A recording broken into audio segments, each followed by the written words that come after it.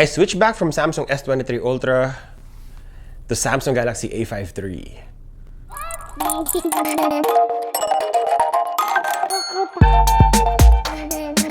Hi everyone, this is JD, your gadget review friend. Welcome back to Gadget Rev Now.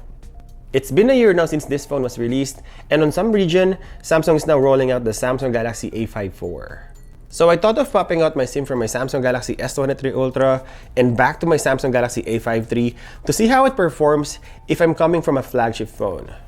This is not ideal, but from this perspective, from Samsung S23 Ultra back to A53, I would know which needs to be improved, the acceptable things, and the good. I reset the phone, popped my SIM in. For the first 10 to 15 minutes, I didn't notice any concerns on the performance. Just switching back and forth with the apps is snappy. It feels like my Samsung Galaxy S23 Ultra. I connected the phone to Wi-Fi and I downloaded social media apps and games. As soon as I opened some games and other heavy apps, that's where I felt the difference. In some cases, it stutters and the apps loaded slower than my Samsung Galaxy S23 Ultra. And from here, I become a little bit more critical, and I noticed that going back and forth with the app and the home screen is not as smooth, maybe because of the RAM management or the processor. Not as fluid as my flagship phone, which is around $1,500, but the performance is good enough for me. I was able to play a full game of Mobile Legends, not as fluid as S23 Ultra. The graphics is a little bit on the basic side. I don't see all the animations of the Ultra graphics, but it is playable. I gave myself a few days integrating into my everyday activity and opening my social media apps or YouTube Studio and interacting with my community. I felt no different, just a smaller screen. So my takeaway after 1 year with the performance of this phone, using the fastest flagship Samsung Galaxy S23 Ultra, the Samsung Galaxy A53 will work if you're an average user and you're not expecting to use this phone on heavy games and performance-driven app. And you can also toggle the refresh rate 120Hz or 60Hz. It's your call. So yeah, by this time I was thinking if I get a so-so performance with the phone, the camera might suck a little bit. I know I had a great experience with the camera of this phone when I did my camera comparison a year ago, but comparing a lot of phones on this channel, I simply forgot how this camera phone performs. And to my surprise, after testing iPhone 14 Pro, Pixel 7 Pro, and Samsung Galaxy S23 Ultra, the camera of this phone is not so bad.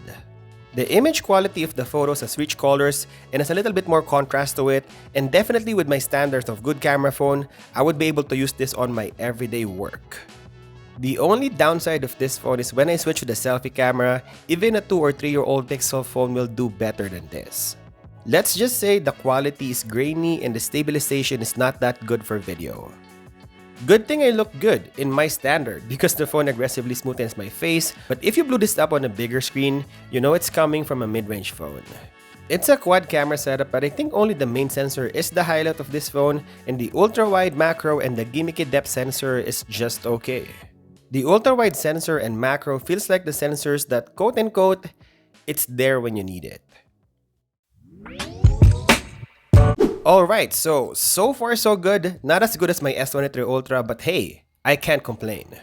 The design is where it actually shines because of the quad camera setup at the back, and with that impressive AMOLED screen in front, this phone shines like a typical flagship phone at first look.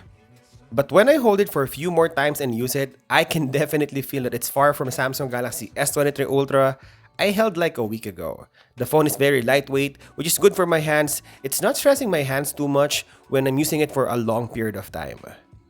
And for the past year, I babied this phone by buying a rugged case because I know that the body of this phone is plastic, so I never really use it like a typical phone without a case. And although this phone is smaller compared to S23 Ultra or iPhone 14 Pro Max, it feels bigger and chunkier because of the case, and that is because of the design flaw of putting a plastic back instead of glass. I know this is a mid-range phone, but I know a lot of Chinese phones are using at least Gorilla Glass 3 on the back of the phone, so I think it is doable on Samsung A series. It's just a choice of materials that Samsung uses on these phones. I'm giving the build quality a solid 4 out of 10 and 7 out of 10 on the design category. In real life, it looks really good, but it doesn't feel good. This is the perfect video to answer all your comments all at once. I see a lot of comments on my Galaxy A53 review after 6 months that the battery life sucks. Honestly, I never really had any issues with the battery. Sorry guys, I think these people might have some sort of apps that killing or draining the battery faster. Or there could be some issues with the battery if they buy it used. The 5000 milliampere battery of this phone is still solid on me on my usage. This will give me an easy 2 days of use. See, I was carefully monitoring the battery life of this phone and using it for calls and texts and social media, a little bit of gaming here and there, answering the comment section on my YouTube studio, and watching a little bit on YouTube. I would probably have 40% the following day, so again, if I don't do much on the second day, I can search it in bedtime before I charge it. Again, usage may vary depending on the user. I have someone with the battery life problem with the A53 and I asked him what he was doing and he was actually a heavy gamer. So yeah, I mean we shouldn't be expecting the same result from my battery test of Samsung Galaxy A53 if we're doing it differently. For me, it's not the best battery performance on a mid-range phone. I've seen Chinese phone with 5000 milliampere battery that performs better than Samsung Galaxy A53, but I think this phone is one of the better performing mid-range in terms of battery life. The software update of this phone is solid to say at least. I don't use it often, but every now and then I will see notification of software updates and security patches. So I know for the past year that I'm using this phone, it received tons of software updates from Samsung. And so again, researching on how long this phone will update, and according to Samsung.com, Galaxy A53 5G supports 4 generations of One UI and Android OS upgrades, and up to 5 years of security patches. I did check what Android OS I'm using right now, and it is running on One UI 5.1, which is the same as what I have on a Samsung Galaxy S23 Ultra. So even though I have a mid-range phone, I get the same experience as what I have on my very expensive flagship phone. So from here on, I'm expecting that this phone will still get updates until 2027. That's not so bad considering the amount of money I paid for this phone. It's only 1/3 of the price of my new Samsung Galaxy S23 Ultra. So this is my full experience after visiting Samsung Galaxy A53 after 1 year. Coming from a flagship Samsung phone, I feel like Samsung can improve on the build quality of this phone. I think the performance and the battery life is acceptable. Knowing that this is a mid-range phone, I don't expect this to be my primary gaming phone. There are tons of Chinese phones that I can use on the same price range. I think the camera is in between good and acceptable because the main camera is performing really well. It's just the selfie that I'm concerned with.